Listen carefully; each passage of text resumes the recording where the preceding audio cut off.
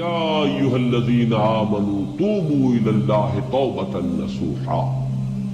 اہل ایمان رجوع کرو اللہ کی جناب میں، لوٹو پلٹو توبہ کرو، اور وہ توبہ بھی نہایت خالص توبہ۔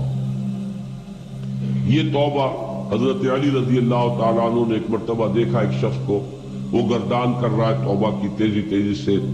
فرمایا یہ تو توبۃ المکذبین ہے، جھٹلانے والوں کی توبہ ہے یہ۔ وہ گھبرایا، تو پھر آپ نے فرمایا توبہ وہ ہوتی ہے جس کے ساتھ وہ ساری کیفیات ہو، شدید ترین پشیمانی ہو کہ میں کیا کر بیٹھا، پھر یہ کہ آئندہ کے لیے عزم مصمم ہو کہ ہرگز دوبارہ یہ کام میں نہیں کروں گا، اور نہایت گڑ گڑا کر اللہ سے اس کی دعا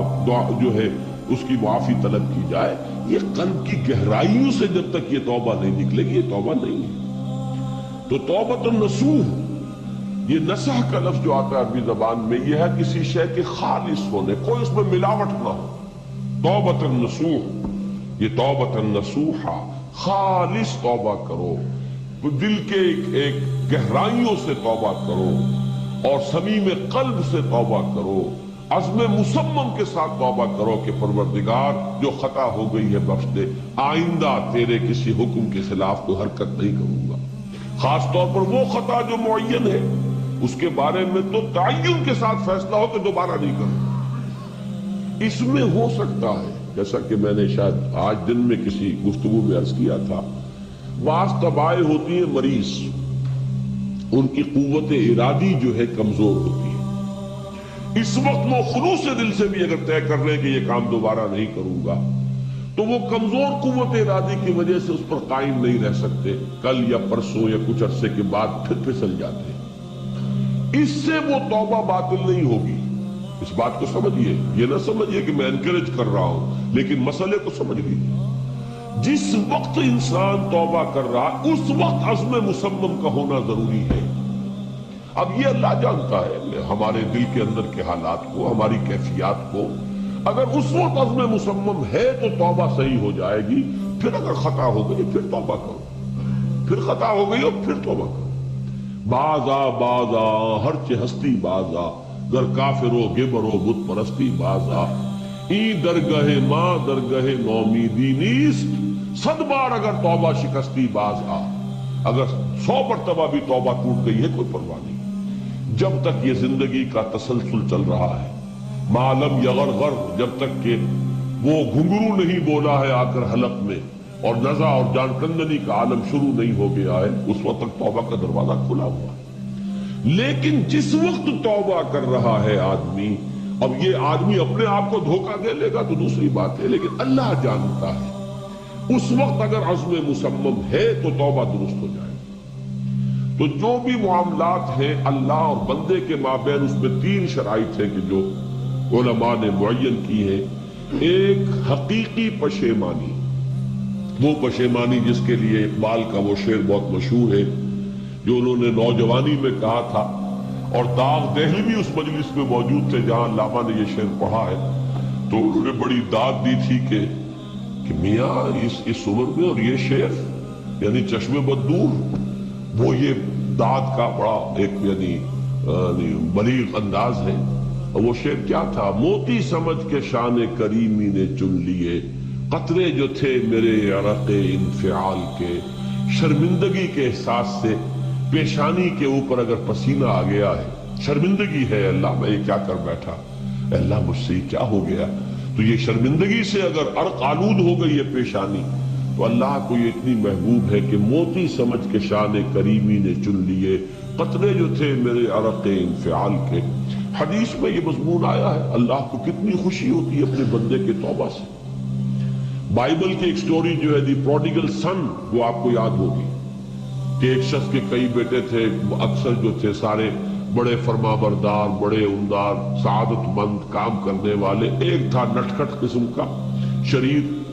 وہ اپنی دولت بھی بٹوا کے لے گیا، اور پھر وہ بہت سال کے بعد آیا ہے تو سخت یعنی فقیری کے اور قلاشی کے عالم میں باپ نے واقعی سب سے توجہ ہٹا کر اپنی ساری محبت کا مرکز پھر اس بچے کو بنا لیا، اپنے بیٹے کو۔ تو وہ سعادت مند بیٹے تھے، انہوں نے کہا کہ یہ کیا کیا آپ نے؟ یہ ایسا اور یہ ایسا اور یہ ایسا، اس نے یہ کیا، اور آج آپ پھر اس کے لیے وہی آپ کی محبت جو ہے وہ یہاں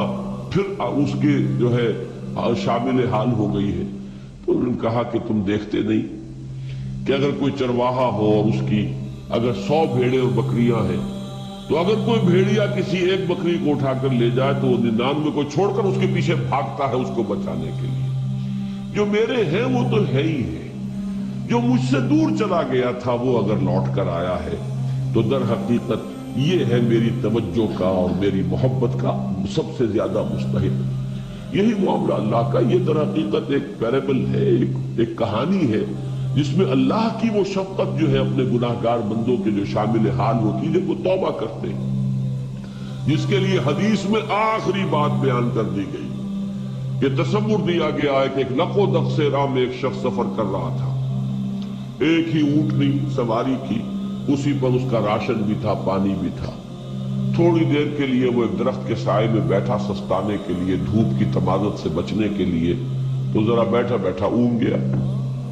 اب جو آنکھ کھلی تو دیکھا کہ اونٹنی غائب ہے، اس کا سفر کا ذریعہ وہی، پانی اسی پر،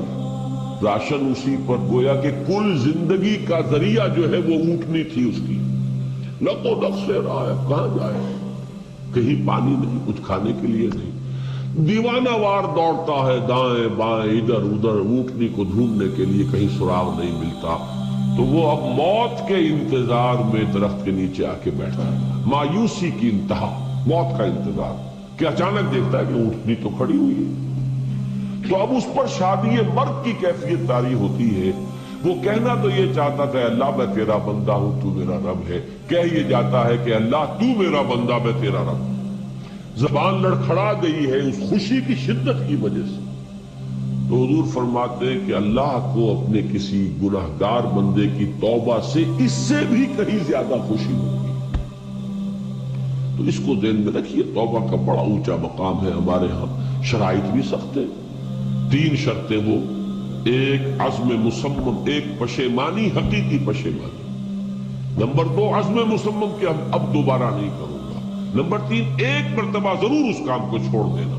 یہ گویا کہ اس کے عزم مصمم کا فوری ثبوت ملنا چاہیے۔ کچھ دنوں کے بعد پھر کہیں جذبات کا ریلا آئے، کوئی اور خطا ہو جائے، بات دوسری ہو۔ اور جو حقوق العباد کا معاملہ، اس میں 4تھی شرط اور ہے، اس لیے کہ حقوق العباد کی کوتاہی جو ہے اللہ تعالیٰ معاف نہیں فرمائے گی۔ وہ تو وہی بندہ ہے جس کی آپ نے حق تلفی کی ہے، کسی کی غیبت کی ہے، کسی کی چغلی کھائی ہے، کسی پر تہمت لگائی ہے، کسی کا مال ہڑپ کیا ہے، کسی کو دھوکہ دیا ہے، کسی کی عزت پر حملہ کیا ہے، تو وہ تو وہی معاف کرے گا۔ یا یہ کہ آپ کی جو نیک اعمال ہیں وہ اس کو دے دیے جائیں گے قیامت کے دن، اور اگر آپ کے اعمال ختم ہو جائیں گے تو اس کے گناہ جو ہے وہ آپ کے کھاتے میں ڈال دیے جائیں گے۔ بہرحال جو 4تھی شرط ہے حقوق العباد کے معاملے میں کوتاہی میں توبہ کی، وہ یہ ہے کہ آپ یا معافی طلب کریں یا تلافی کریں اس شخص کی جس کے